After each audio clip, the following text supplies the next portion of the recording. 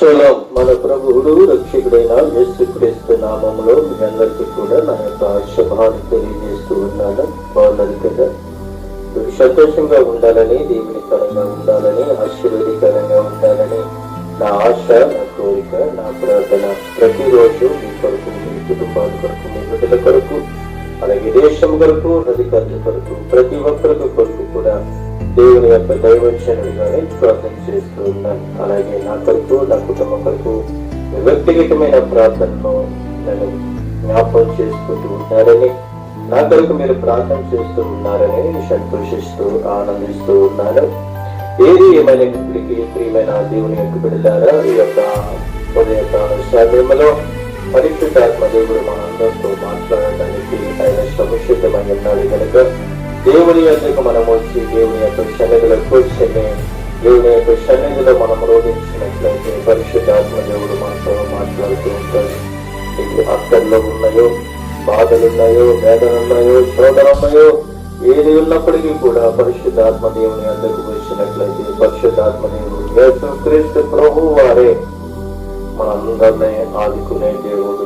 ఆయన మనందరికీ దేవుడై ఉన్నాడు, మనందరికీ ఆయన ప్రభువై ఉన్నాడు, ఆయన మనందరికీ రక్షకుడై ఉన్నాడు, మనందరికీ కొరకు ఆయన ప్రాణం పెట్టిన దేవుడు. ప్రేమల దేవునికి విడలారా, ఏది ఏమైనప్పుడు కూడా ఈ యొక్క మరి ఉదయకాల సమయంలో పరిశుద్ధాత్మ దేవుడు మనందరితో మాట్లాడుతూ ఉన్నాడు. పరిశుద్ధాత్మ దేవుడు మనందరితో మాట్లాడుతూ ఉన్నాడు. ఆయన మాట్లాడుతూ ఉన్న దేవుడు ఆయనకు సాధ్యమైందే లేదు. ప్రియమైన దేవునికి పెట్టినారా, ఆయనకి సమస్తము కూడా సాధ్యమే. వేదలిగినప్పటికీ కూడా ఆయన ఇచ్చే దేవుడు. మోకరించి ప్రార్థన చేసినప్పుడు నీ మోకల ప్రార్థన ఆయన వింటాడు. నువ్వు కూర్చున్న కన్నీరు విడిచి ప్రార్థన చేసినప్పుడు ఆయన నీ కన్నీటి ప్రార్థన ఆయన వింటాడు. ఏదైతే విడిచితావో ఆ పట్టణం అవసరం అని పరిశుద్ధాత్మ దేవుడు మాట్లాడుతూ ఉన్నాడు. ప్రభుని యేసుక్రీస్తు నీ కొరకు, నా కొరకు ప్రాణం పెట్టాడు. ప్రభుని యేసుక్రీస్తు నీ కొరకు, నా కొరకు అనేకమైన గాయములు పడి ఉన్నాడు. ప్రభుని యేసుక్రీస్తు అనేకమైన హింసింపబడ్డాడు. ప్రియమైన అనేకమైన ప్రభుత్వం ద్వారా దేవుడు మాట్లాడాడు. అనేకమైన శిష్యులను దేవుడు ఏర్పరచుకున్నాడు. ఆయన శిష్యుల ద్వారా మనకి బయలుపరిచాడు, ప్రభుత్వం ద్వారా బయలుపరిచాడు, శిష్యుల ద్వారా బయలుపరిచాడు. ఇరుకులో పుట్టుకుంటే నీ కొడుకును, బాధల్లో పుట్టుకుంటే నీ కొడుకును, ఇబ్బందుల్లో సతమతమవుతున్న నీ కొడుకును, దుఃఖిస్తున్న నీకు, రోధిస్తున్న నీకు, పడిపోయిన నీకు లేవనెత్తడానికి యేసుక్రీస్తు ప్రభువు తన శిష్యులను మన ఎందుకు పంపించాడు, తన ప్రవక్తలను మన ఎందుకు పంపించాడు. ఎందుకో తెలుసా ప్రియమైన దేవునికి బిడ్డలారా, బాధల్లో ఉన్న నిన్ను, వేదల్లో ఉన్న నిన్ను, దుఃఖములో ఉన్న నిన్ను ఓదార్చడానికి తన శిష్యులను ఎందుకు పంపించాడు. అనేకమైన సంఘాలలో వేషధారులతో, అనేకమైన మోసాలతో బ్రతుకుతున్న సంఘాలలోనికి దేవుని యొక్క దైవజనులను, దేవుని యొక్క ప్రవక్తులను, దేవుని యొక్క శిష్యులను అనేకమైన సంఘాలకు పంపించాడు, అనేక దేశాలకు పంపించాడు, అనేకమైన ప్రాంతాలకు పంపించాడు, అనేకమైన రాష్ట్రాలు, దేశాలు, అనేకమైన పట్టణాలకు వెళ్ళి దేవుని యొక్క సువార్తను ప్రకటించడానికి వారు ఏటి వ్యక్తి ఆశించుకుండగా దేవుని యొక్క సువార్తను ప్రకటించినట్లుగా లేఖనాల్లో మనం చూస్తూ ఉన్నాము. ప్రియమైన దేవునికి బిడ్డలారా, చూడండి, కొన్ని విషయాలు మనము ఈ రోజు నేర్చుకోబోతున్నాం, ధ్యానించుకోబోతున్నాం. పరిశుద్ధాత్మ దేవుడు ఈ రోజున మనందరితో మాట్లాడుతూ ఉన్నాడు. అపోస్తుల కార్యములు 13వ అధ్యాయం మొదటి నుండి మనము కొన్ని వచనాలు చదువుకుని మనం ప్రభువుని స్తుతించుకుందాం. అంతియోకియలో ఉన్న సంఘములో బర్నబా, నిగేరనబడిన సిమోయోనును, కురేనీయుడైన లూకియ, శతాధిపతి అయిన హేరోదుతో కూడా పెంచబడిన మనయేను సౌలు అను ప్రవక్తలను బోధకులను ఉండిరి. వారు ప్రభువుని సేవించుచు ఉపవాసము చేస్తుండగా పరిశుద్ధాత్మ నేను బర్నబాను సౌలును పిలిచిన పని కొరకు వారిని నా ప్రత్యేక పరుషుడని వారితో చెప్పాను. చూడండి ప్రియమైన దీనికి బిడ్డలారా, అంతిమయలో ఉన్న సంఘములో బర్నబా నిగేరనబడిన సిమోనును పులేయుడైన లోకేయులను శతాధిపతి అయిన హేరోదుతో కూడా పెంచబడిన మనయేను అలాగే సౌలు అనే ప్రవక్తలను బోధకులను ఉన్నట్లుగా మనం చూస్తున్నాం. అక్కడ ప్రవక్తలు ఉన్నారు, అలాగే బోధకులు కూడా ఉన్నారు. వారు ప్రభువును సేవించుచు ఉపవాసము చేస్తుండగా పరిశుద్ధాత్మ నేను బర్నబాను సౌలును పిలిచిన పని కొరకు వారు నాకు ప్రత్యేక పరుషుడని వారితో చెప్పారు. ఈరోజు నిన్ను నన్ను కూడా ఆయన పిలుస్తూ ఉన్నాడు. నిన్ను నన్ను కూడా ప్రత్యేకపరుచుకున్నాడు. అక్కడ ప్రవక్తలు ఉన్నారు, బోధకులు ఉన్నారు. అయినప్పటికీ కూడా బర్నబాను పౌలును కూడా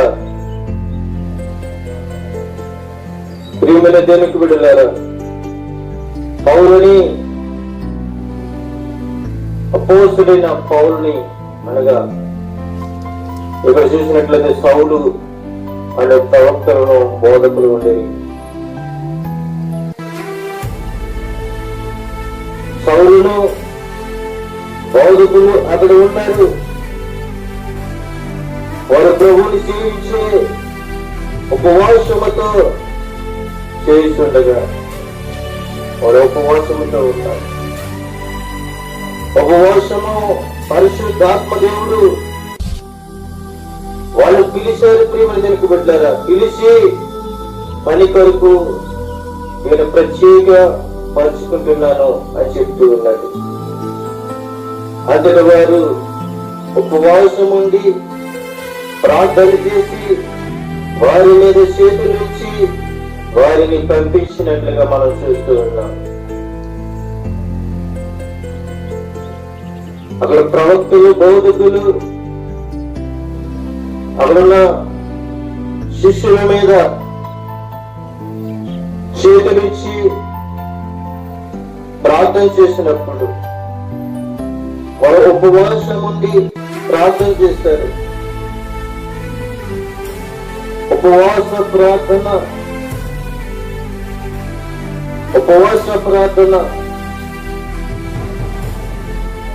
చేతులుంచి ప్రార్థన చేసి దేవుని యొక్క పరిచర్య కొరకు,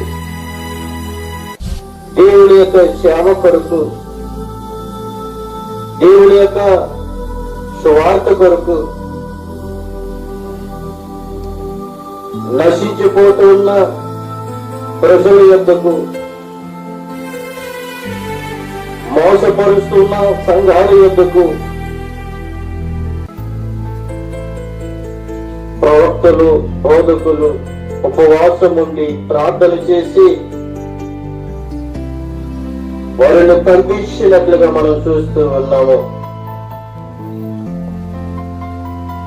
ప్రవక్తులను, బోధకులను అనేవి అది సంఘములోని పరిచర్యలను బహుశా పదవులను సూచిస్తున్నాయి అనేది స్పష్టం. అపోస్తలులు ఆరంభించిన యేసు సందేశాన్ని అందించడం, బోధకులు కొనసాగించడము మనం చూస్తూ ఉన్నాం. అయితే 4వ వచనంలో మనం చూసినట్లయితే ప్రియమైన దేవుని బిడ్డలారా, కాబట్టి వీరు పరిశుద్ధాత్మ చేత పంపబడిన వారై సెలూకయు వచ్చి అక్కడి నుండి ఓడ ఎక్కి కుప్రకు వెళ్ళినట్లుగా మనం చూస్తూ ఉన్నాం. కుప్రకు అపోస్తలుడైన పౌలు, బర్నబా శిష్యులు మొట్టమొదటిసారిగా మిషనరీ యాత్రకు ఓడ ఎక్కి కుప్రకు వెళ్ళినట్లుగా మనం చూస్తూ ఉన్నాం. అపోస్తలుడైన పౌలు తన మిషనరీ యాత్రను కొనసాగిస్తూ ఓడ ఎక్కి ప్రియమైన దేవుని బిడ్డలారా కుప్రకు వెళ్ళారు. కుప్రకు వెళ్ళి వారు సలాములో చూడండి, వారు సలామిలో ఉండగా యూదుల సమాజ మందిరములో దేవుని వాక్యము ప్రచురించుచుండిరి. వారు కుప్రకు వెళ్ళి ఆ కుప్రకులో ఒక ప్రాంతంలో సలామిలో యూదుల సమాజ మందిరములో వారు ఏం చేస్తూ ఉన్నారు అంటే దేవుని వాక్యము ప్రచురించుచుండిరి, ప్రకటిస్తూ ఉన్నారు. సమాజ మందిరములో దేవుని యొక్క వాక్యాన్ని ప్రకటిస్తూ ఉన్నారు.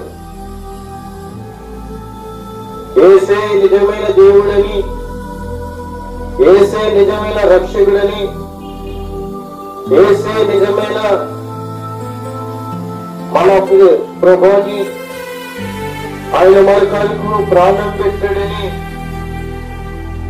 అక్కడ అనేకమైన విషయాలు దేవుని యొక్క వాక్యము ద్వారాగా ప్రకటింపబడుతూ ఉన్నారు. ఆ సెలవులలో ఆ యొక్క ప్రాంతంలో మనం చూసినట్లయితే యూదుల సమాజ మందిరం, అది యూదుల సమాజ మందిరంలో దేవుని యొక్క వాక్యాన్ని ప్రకటిస్తూ ఉండగా యోహానును వారికి ఉపచారము చేయుటకై ఉండెను. అక్కడ ఒక యేసుక్రీస్తు శిష్యుల్లో యోహాను అనే వ్యక్తిని ఉపచారము చేయువాడే ఉండెను. వారు ఆ దీపమంతటా సంచరించి పాపు అని ఊరికి వచ్చినప్పుడు అక్కడ ఒక వ్యక్తి కనబడుతూ ఉన్నాడు. పాపు అని ఊరికి వచ్చినప్పుడు అక్కడ ఒక వ్యక్తి కనబడుతూ ఉన్నాడు. ఎవరు అనంటే గారడవాడును అబద్ధ ప్రవక్త అయిన బర్నయేసు అని ఒక యూదుని చూసిరి. చూడండి ప్రియమైన దేవుని బిడ్డలారా, బర్నబాయి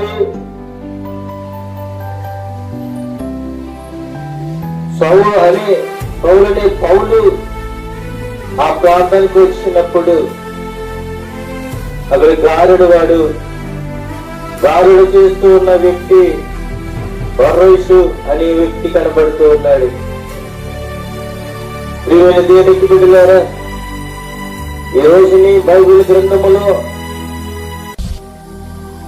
గ్రంథములో మన కొరకు ప్రాణం పెట్టి యేసుక్రీస్తు కనబడుతూ ఉన్నాడు.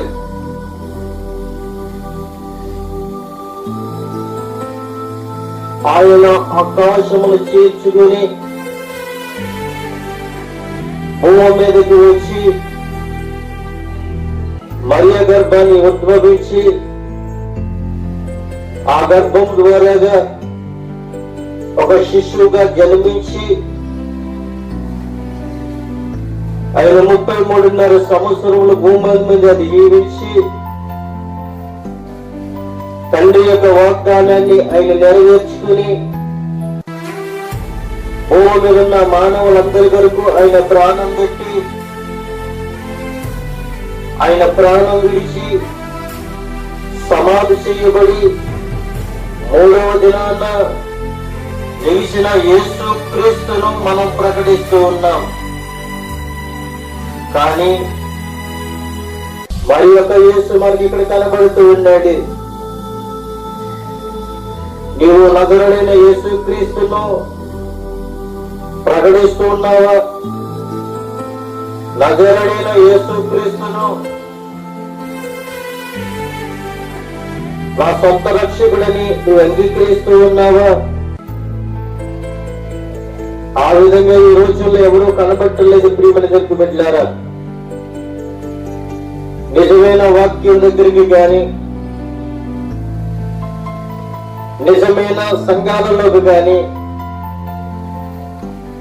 నిజమైన సువార్థికుల దగ్గరికి గాని నిజమైన సేవకుల దగ్గరికి గాని సత్యమైన వాక్యం బోధించినప్పుడు గాని ఎవరూ వినటం లేదు. గాని గారడు చేసే వ్యక్తుల దగ్గరికి వస్తూ ఉన్నారు. గారడు విద్యలు చేసే వ్యక్తుల దగ్గరికి వస్తూ ఉన్నారు. ఈ గారడు వాడు ఏమై ఉన్నాడు అంటే అబద్ధ ప్రవక్త ఉన్నాడు. వీడి గారడు చేయటమే కాదు, వీడికి మరి ఒక పేరు ఉంది. వీడి పేరు బర్రయేసు. మీకు తెలుసో తెలియదు ప్రియమైన బిడ్డలారా, చాలా మంది కూడా గారడ వాడైనా బర్రయేసుకు ప్రార్థన చేస్తూ ఉంటారు. గారడు వాడైనా బర్రయేసుకు ప్రార్థన చేస్తూ ఉంటారు. వాడే దేవుడు అంటారు, వాడే రక్షకుడు అంటారు, వాడే నన్ను ఆదుకునేవాడు అంటారు. వాడు లేకపోతే మా జీవితం లేదంటారు. వాడు మిమ్మల్ని మోసగించడానికి వచ్చాడు. వాడు మీ దగ్గర లాభం సంపాదించుకోవడానికి వచ్చాడు. వాడు అబద్ధ ప్రవక్త, వాడి గారెడు వాడి ప్రేమలకు వెళ్ళారా? వాడి గారెలు చేస్తూ వాడు మోసగిస్తూ అనేక మందిని మోసం చేస్తూ మోసగిస్తూ వాడు డబ్బు సంపాదించుకుంటున్నాడు. వాడు నరకానికి తీసుకుని వెళ్ళిపోతాడు. కానీ లోకరక్షకుడైన యేసుక్రీస్తు ప్రభువు వారు, జీవము కలిగిన యేసుక్రీస్తు ప్రభువు వారు, సైన్యములకు అధిపతిని యెహోవా దేవుడు ఆయన మన మధ్యకి తన కుమారులను పంపించి ఆయన యొక్క కుమారుడు ద్వారాగా మనకి అనేకమైన అద్భుతాలు, అనేకమైన స్వస్థతలు యేసుక్రీస్తు ద్వారా జరుగుతాయి. కానీ ఈ గారెడు వాడు వల్ల ఉపయోగం లేదు. ప్రియమైన జరుగు పెట్టారా? ఈ బర్రయేసును పూజిస్తున్నావా? యేసుక్రీస్తు ప్రభువుని ఎక్కువ పూజిస్తున్నావా? చూడండి, ఇతడు వివేకము గలవాడై సెర్గి పౌలు అని అధిపతి యొద్దకు వెళ్ళెను. ఈయన ఎక్కడున్నారు అనంటే సెర్గి పౌలు అని అధిపతి యొద్ద ఇతరున్నట్లుగా మనం చూస్తూ ఉన్నాం. అతడు బర్నబాను సౌలను పిలిచి దేవుని వాక్యము వినగోరెను. ఈ అబద్ధ ప్రవక్త ఈ సెర్గి పౌలు అనే అధిపతి ఉండేను గనుక అతడు బర్నబాను సౌలను పిలిచి దేవుని యొక్క వాక్యాన్ని వెనుగోరుస్తూ ఉన్నారు. అయితే ఎలోమా అను పేరునకు, చూడండి, ఎలోమా అనంటే దానికి అర్థం ఏమిటి అనంటే గారుడు వాడని అర్థము. ప్రియమైన బిడ్డలారా, ఎలోమా అని పేరునకు గారుడు వాడని అర్థమైతే తెలియపరుస్తూ ఉన్నది. అందుకు పౌలు అనబడిన సౌలు పరిశుద్ధాత్మతో నిండిన వాడి అతనిని తేరి చూసి సమస్త కపటముతోనూ సమస్త దుర్మార్గముతోనూ నిండినవాడా, అపవాది కుమారుడా, సమస్త నీతికి విరోధి అని ప్రభు యొక్క ఎన్నవిని మార్గములు చెడగొట్టుట మానవ అని ఈ అపోస్తులైన పౌలు ఈ యొక్క వ్యక్తిని అడుగుతూ ఉన్నాడు. ఈ మార్గంలో ఉన్న వ్యక్తులను చెడగొట్టడం మానవ అని అడుగుతూ ఉన్నాడు. వాడు ఏం చేస్తూ ఉన్నాడు? వాడి అపవాదై ఉన్నాడు, నీతికి విరోధై ఉన్నాడు, దేవుని యొక్క మార్గములను చెరుపుతూ ఉన్నట్లుగా మనం చూస్తూ ఉన్నాము. ప్రియమైన దేవునికి బిడ్డలారా, ఎలాగంటూ అపోస్తలుడైన పౌలు, సౌలు అనబడిన పౌలు ఎలాగ అంటూ అతనిని నిందిస్తూ నిలదీస్తూ అంటూ ఉన్నాడు, ఇదిగో ప్రభు తన చెయ్యి నీ మీద ఎత్తి ఉన్నాడు.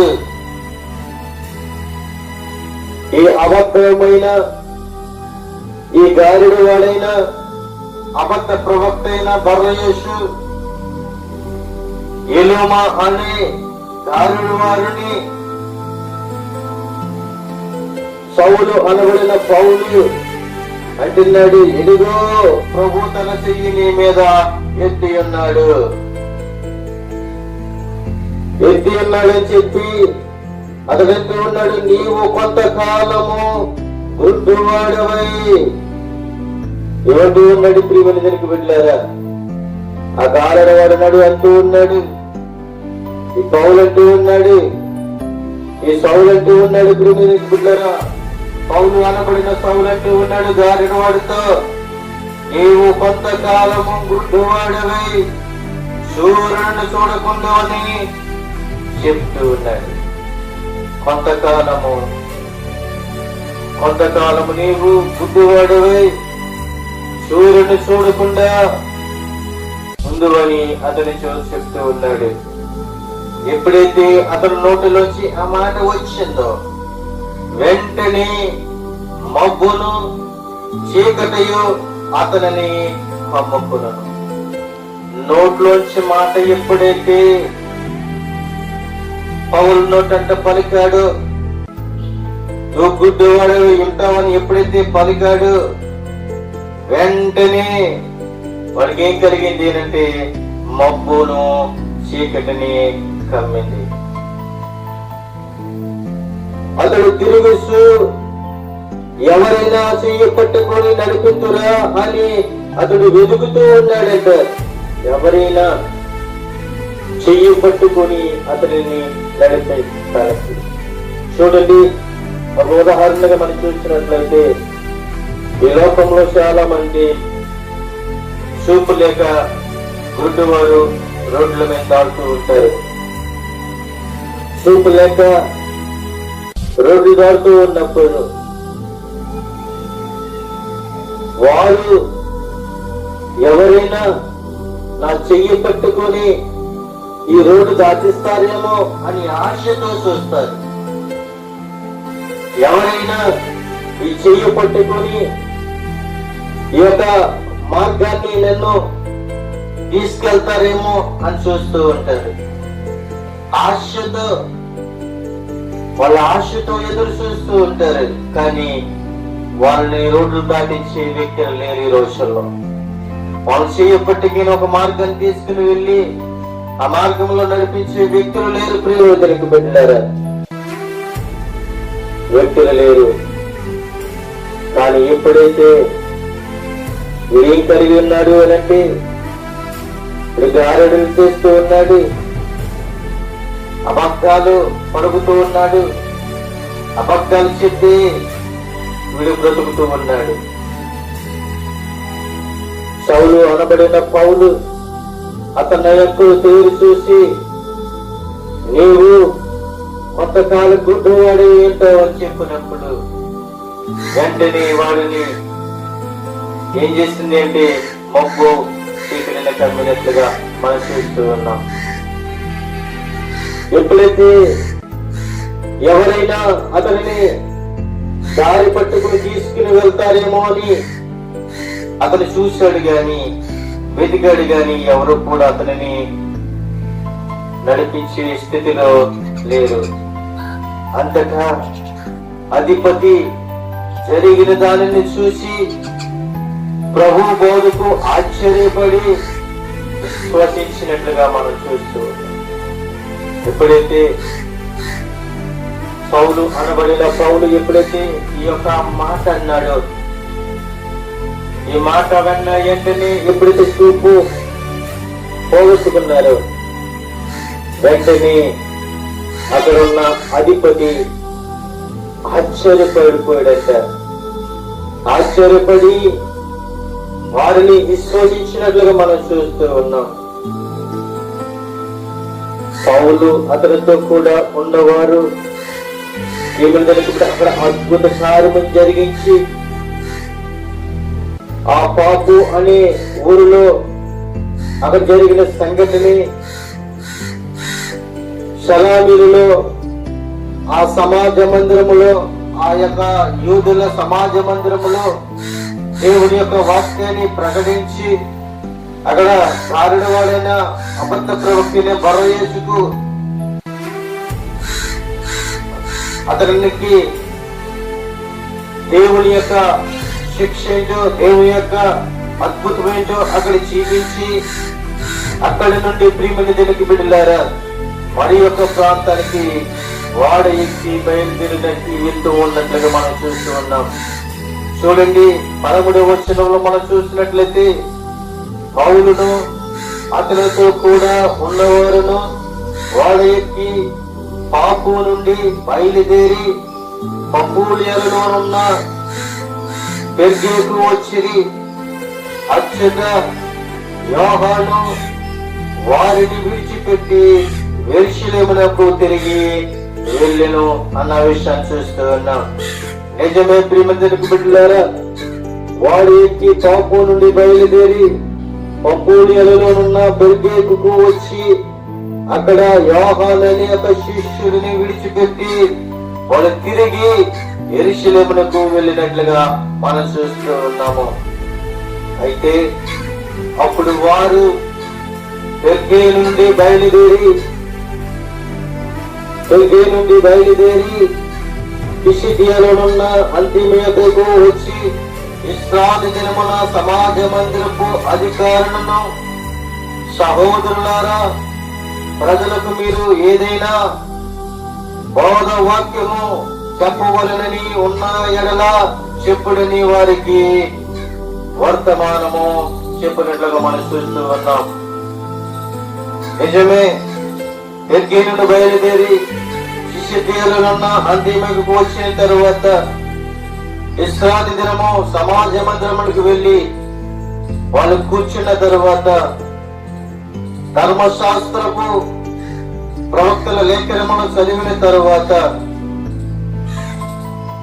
ఆ సమాజపు అధికారి అంటూ ఉన్నాడు, సహోదరులారా, ప్రజలకు మీరేదైనా బోధ వాక్యము చెప్పవలనని ఉన్న ఎడల చెప్పుడని వారికి వర్తమానం ఇచ్చారు.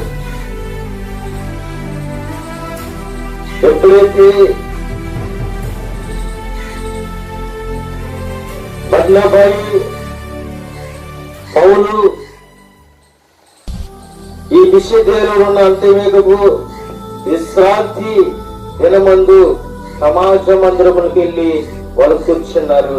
ప్రియమైన బిడ్డలారా, ఎప్పుడైతే కూర్చున్నారో ఆ సభాధ్యపు అధికారాన్ని అన్నాడు, అయ్యా సహోదరులారా అని చెప్పి అడుగుతూ, ప్రజలకు మీరు ఏదైనా బోధవాక్యము చెప్పాలని అనుకుంటూ ఉన్నారా? బోధవాక్యము ఏదైనా చెప్పాలని అనుకుంటూ ఉన్నారా? వారికి వర్తమానం ఇవ్వండి. మీరు ఏదైనా చెప్పాలి అని అనుకుంటే వారికి వర్తమానము చెప్పండి.